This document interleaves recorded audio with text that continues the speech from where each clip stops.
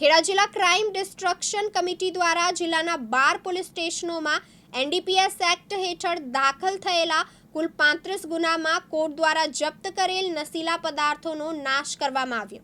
આ કાર્યવાહી દરમિયાન કુલ 330 કિલોગ્રામ નશીલા પદાર્થ જેની બજાર કિંમત અંદાજે ₹3.02 કરોડ છે તેનો નાશ કરવામાં આવ્યો। આ મહત્વપૂર્ણ કામગીરી પોલીસ મહાનિરીક્ષક, જિલ્લા પોલીસ અધિક્ષક તથા જિલ્લા ક્રાઇમ ડિસ્ટ્રક્શન કમિટીના સભ્યો હાજર રહ્યા હતા।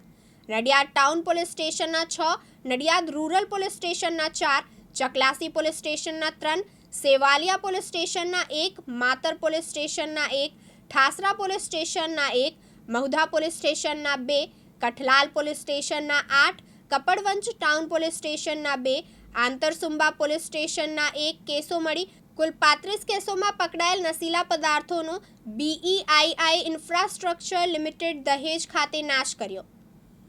તૃષાલ પંડ્યા, દિવ્યાંગ ન્યૂઝ, નડિયાદ, ખેડા।